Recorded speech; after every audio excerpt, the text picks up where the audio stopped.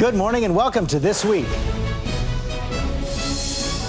America and the world, debating a new chief for the Pentagon. Chuck Hagel is the leader that our troops deserve. This is an in-your-face nomination. Ending the war in Afghanistan. Our troops will have a different mission.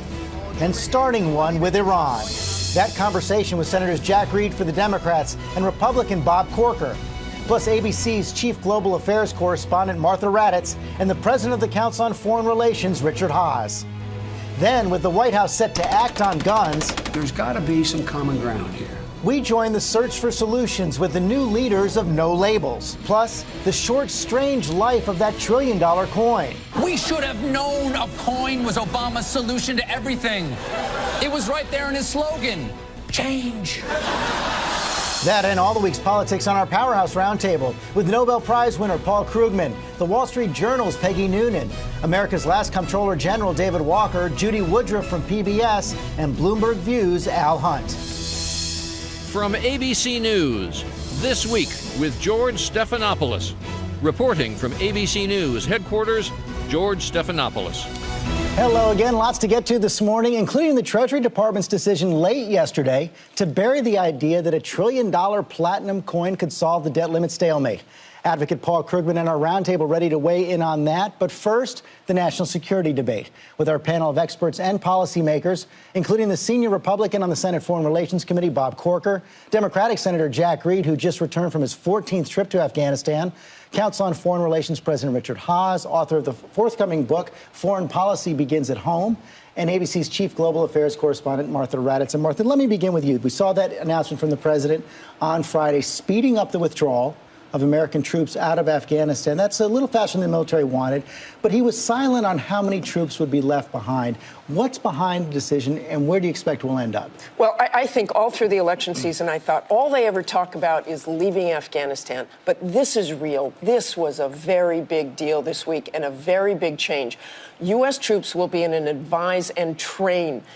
That's all they'll be doing come spring. So pulling back from the front lines. Pulling back from the front lines. They will be with Afghan forces. The president has not announced how fast they'll draw down, but I suspect by the end of this year, we could be down to 30,000 troops. We're 66,000 troops now, possibly down to 30,000. And when we really draw down in 2014, when we are no longer doing combat missions, I think you'll see anywhere from only 6,000 to 9,000. And the important thing to remember about that, George, is tooth to tail. Tail means the enablers, the support. We would really have, if we had 3,000 troops there, we would really only have about 800 trigger pullers. You're going to see a lot of counterterrorism action. All of those things that Joe Biden talked about a long time ago, I think that's all we'll have there in the future. Senator Corker, are you comfortable with that? Well, I think the decision about the number of troops we have on the ground after 2014 is something that ought to be weighed as we move along. I realize we're going to be moving down to about 30,000 troops. I'm relatively comfortable with that. But I think as far as the contingent we have after 2014, I would wait, and I don't know of any reason why we would make that decision today. It seems that we'd want to see what the state of Afghanistan is. We'd want to see what's happening in the electoral process. All of those things are obviously big factors. My sense is there's no reason to decide whether there's 6,000, 9,000, 15,000 troops until we get to that point. But Senator Reed, how about this decision to pull back to simply training and support by the spring? Last month's Pentagon report said that only one of 23 Afghan battalions is now capable of operating on its own. Well, I was down in RC East, Patika province, and essentially 87% of the operations in the eastern part are initiated and conducted exclusively by Afghan forces. So you're already seeing a transition, and by next spring, the Afghani forces will be in the lead.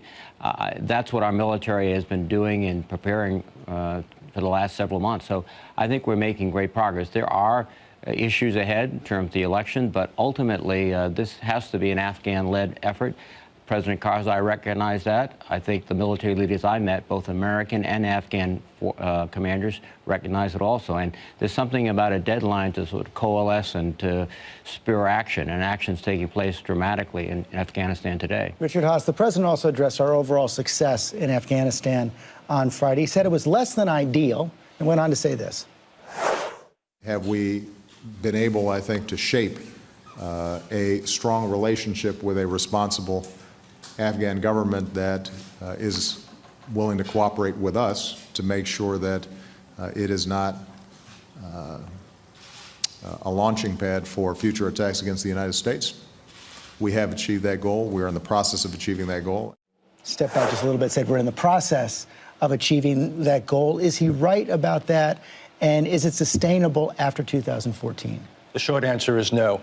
Well, what we started in Afghanistan after 9/11 was a warranted war of necessity. We expanded it over the years, particularly under President Obama in 2009, when we tripled our forces. We decided to go after the Taliban, essentially join Afghanistan's civil war and nation build.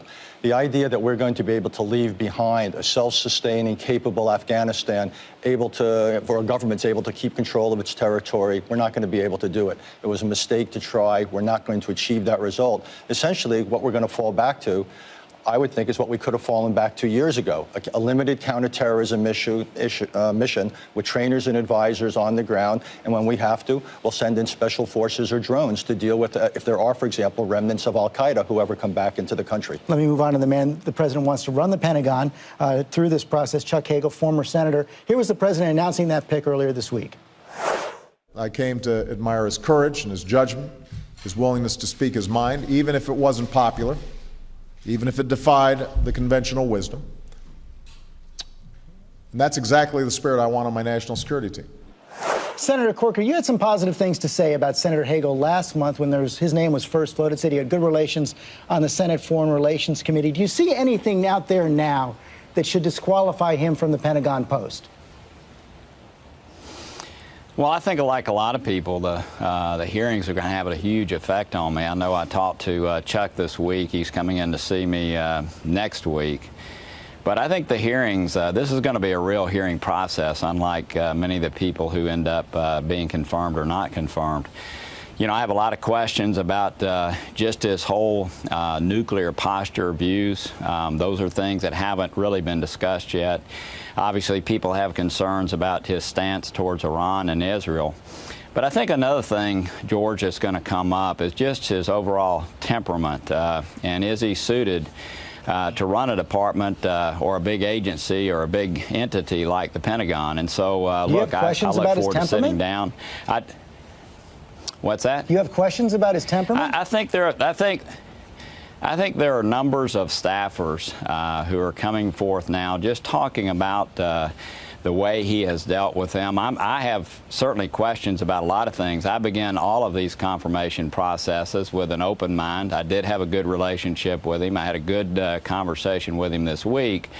But I think this is one where people are going to be listening to what he has to say, me in particular, about the things I just mentioned, but especially some of the positions he's taken, generally speaking, about our nuclear posture. I think you know that I affirmed the New START treaty. A lot of modernization was supposed to take place as a result of that on our nuclear arsenal. That is not happening at the pace that it should. Pentagon's going to have a big effect on that, and for me, that is going to be a very big issue. Senator Reid, I had not heard those questions about Senator Hagel's temperament before. I wonder if you have heard anything like that, have any concerns like that. I did note this week that your Democratic colleague, Senator Chuck Schumer, said he's not yet convinced that Senator Hagel will be confirmed. Do you agree with that? Well, I believe it will be confirmed. I think Bob is right. This confirmation process will be a thorough evaluation of Chuck's positions, and Chuck's very capable of explaining those positions. I think he brings some unique qualities to this job.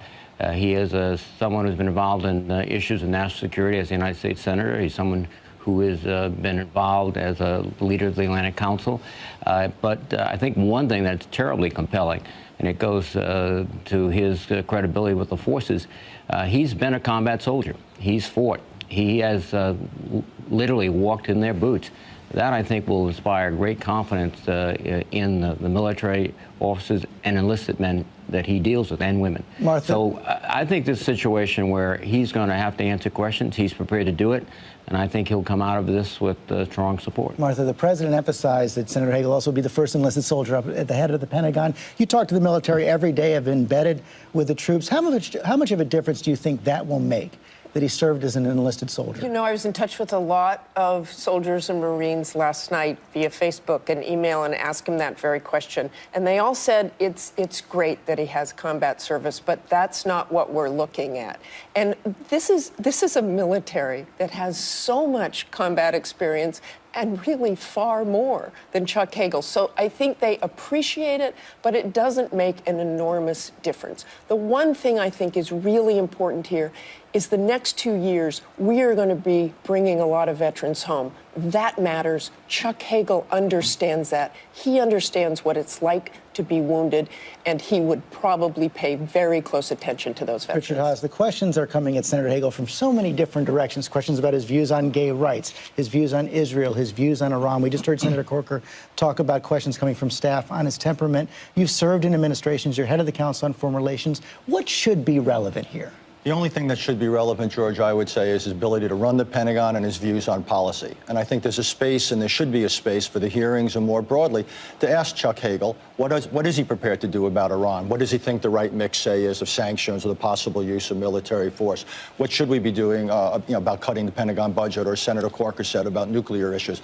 All totally legitimate. Where I think people are going over the line is with ad hominem attacks, questioning, for example, whether he's an anti-Semite. I've known Chuck Hagel for more than 20 years. For what it's worth, I think that's preposterous. I also don't think that has a place in the public space. We often ask, why aren't public debates better? Why aren't sometimes the best people going into public life? Well, this is one of the reasons. I think there is a legitimate place here, and the Senate offers it, for questioning Senator Hagel or Senator Kerry or anyone else about their policies. I really don't think there's a legitimate place in American political life for ad hominem attacks. These are loaded words that are being cast about, and I think they're simply beyond the pale. Let's move to the question of his views on Iran, because he did address that in an interview with his home paper, and I want to show what he had said about that.